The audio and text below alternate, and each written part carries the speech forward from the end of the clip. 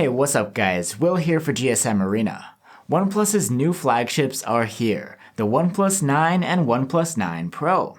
What do these bring to the table, and how is the Pro version different from the vanilla one? Let's find out in our hands-on video. The new OnePlus phones are quite elegant, with a curved glass form factor. We have the vanilla model in the winter mist finish, and the Pro in the morning mist. Besides a small difference in size, the phones look quite similar.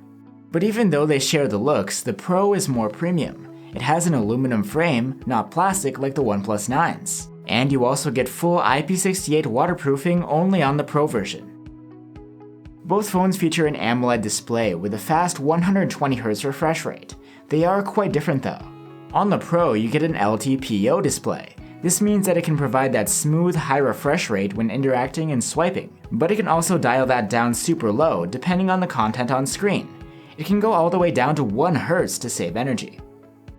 And besides that, the Pro's display is a bit larger at 6.7 inches and has a higher res QHD resolution.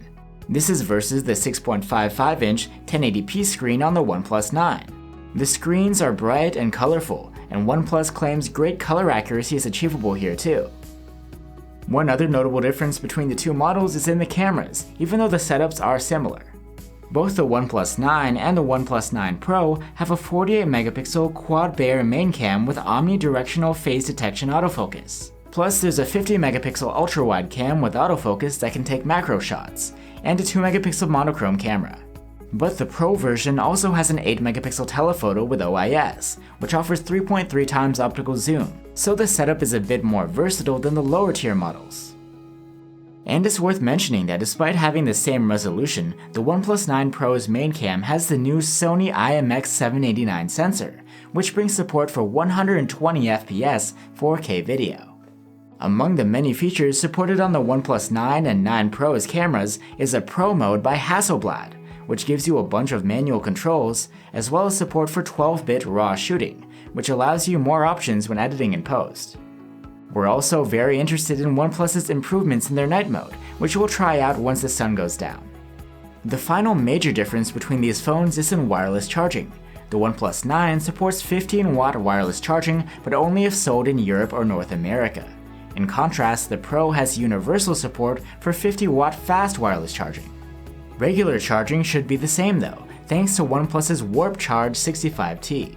Both phones have the same 4500 mAh battery capacity split into 2 cells that can charge simultaneously, and OnePlus claims you can go from 0 to 100% in around half an hour.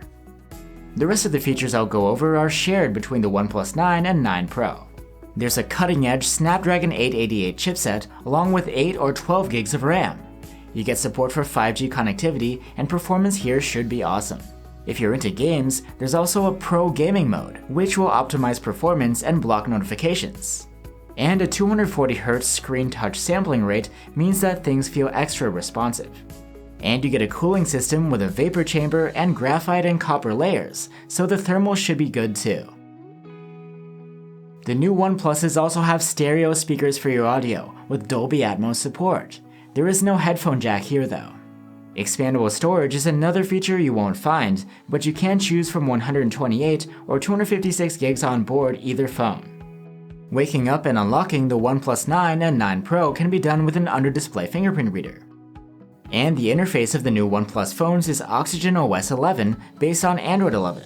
It brings better memory optimization over previous versions and gives plenty of customization options too. So there you have it guys. The OnePlus 9 is starting at around $730 at launch, while the 9 Pro is around $250 more at nearly $1,000. Do you think the Pro version is worth it, or is the vanilla model the more intriguing one? Let us know what you think down below, and I'll see you soon with our full review.